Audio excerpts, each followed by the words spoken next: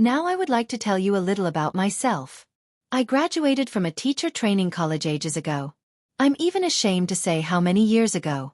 I was specifically trained to deal with kids from 6 to 10 years old.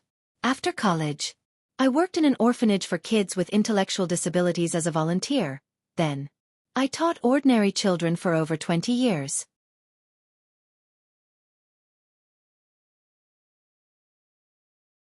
In addition, my eldest child was diagnosed with ADHD, and this has been a continuous battle and agony for more than 30 years. So I understand very well the battle every parent faces. I understand what you are going through. This is exhausting. I remember that in our college we had an absolutely brilliant lecturer on psychology, and she concentrated mainly on the work of the physiologist Ivan Pavlov. I still remember all her outstanding lectures. Pavlov is best known as a researcher of the conditioned reflex in dogs.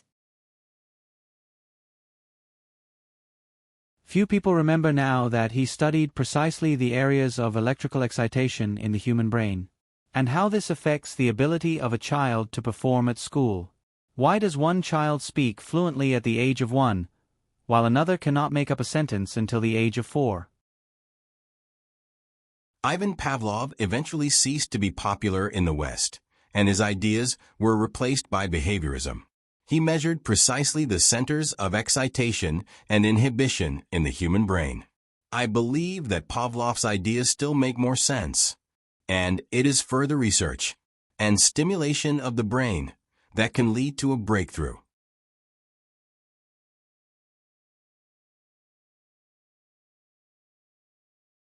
These images I show you here are generated by AI, and I created them just for fun, to make my video less boring.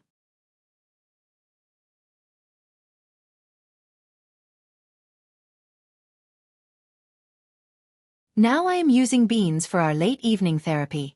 It is just the cheapest beans that I could buy. I had a student once. He was extremely aggressive at school. He didn't enjoy learning at all. In fact, reading and writing made him literally sick. He was about 8 years old. It was a very difficult case. His older brother was a good student though. So that little boy with ADHD, he enjoyed playing with beans a lot. It was his favorite therapeutic cereal. We can find out what is your child's favorite cereal. You may be surprised. Make your child touch the beans as often as possible. Pour cereal on their skin. Let them wash their hands and parts of their arms in beans. Different cereals, different textures will stimulate their skin receptors and, thanks to those receptors, the sleeping areas of the brain will be activated. I know it may seem boring to engage in mindfulness activities with your kid, but it improves their brain's functioning. I know it's quite frustrating to stay enthusiastic when you have a hyperactive child. People around you don't understand. They think you're a bad mother or father.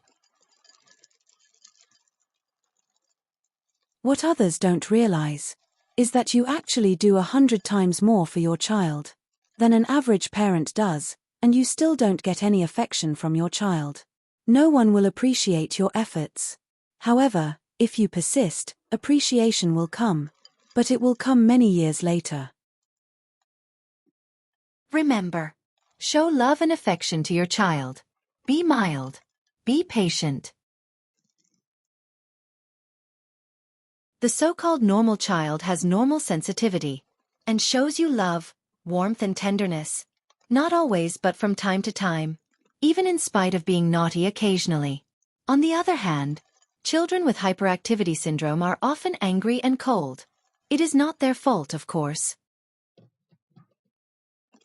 They are impulsive, angry, they don't listen to what you say. It is really important that you express mildness and patience, so they can learn. Those kids are not born gentle and compassionate to other people.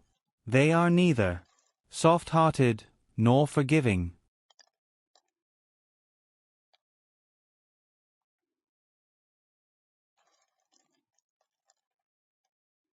In my case, the hardest thing when my son was growing up was his coldness towards me. He showed me as much affection as a tombstone, and it was really scary and awful. Only decades later I realized that my efforts were not in vain.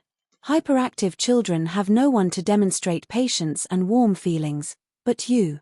And as you sow, so you reap, literally.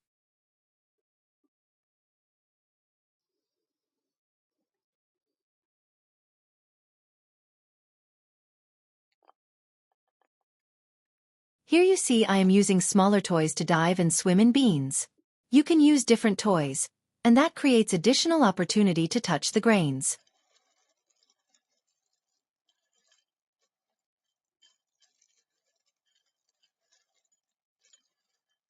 Now I decided to use oats. Once again, I took the cheapest oats available in my country. I already had one bag in my cupboard. Oats are extremely nice and soft to touch. But I find that oats emit small particles while being poured, tiny particles like dust, and I don't think it is safe for breathing, especially if you or your kid have respiratory problems. So be really careful if you decide to use oats. Please, leave comments what cereals you find risk-free to use. I am using a tiny cup here, in order to add more variety to the game. It is not my cup, I borrowed it from my lovely son. Remember to keep cereals separately after using them for therapy. Keep separately for hygienic reasons, obviously, and then you can reuse them multiple times, not mixing them with foods that you actually eat.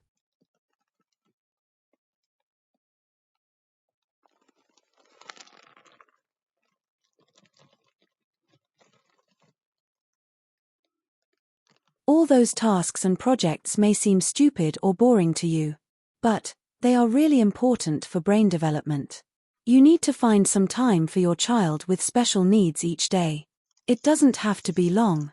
I would recommend cereal or similar activity for 5 to 10 minutes every night before bed, then a supervised warm bath, a 5 to 10 minute massage after that.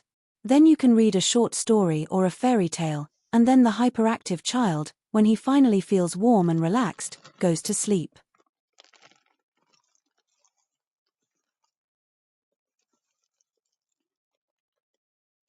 If you work a lot and feel exhausted at the end of the day, it should only take a few minutes. But do it every day. Make it a routine. And on weekends, you can do a bit more, of course.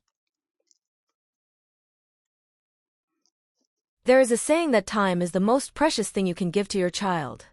Also, supervise your child during the activity. Don't leave your kid alone. Be careful that the child does not inhale, doesn't swallow small particles, and doesn't put them into their nose or ears.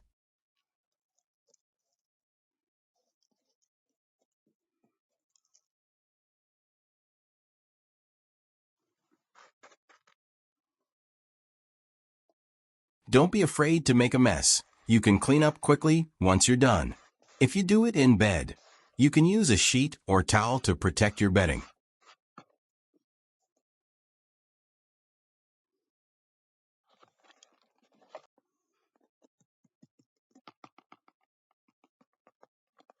Please, check out my previous videos, in case you haven't seen them yet. They are called Serial 1 and Serial 2. They also contain some safety advice and clarifications. And please, view my next videos. I am planning to talk about fine motor skills and why they are so important. Feel free to leave comments. Don't be shy. Thank you very much for watching. I will put links to my previous and next videos below.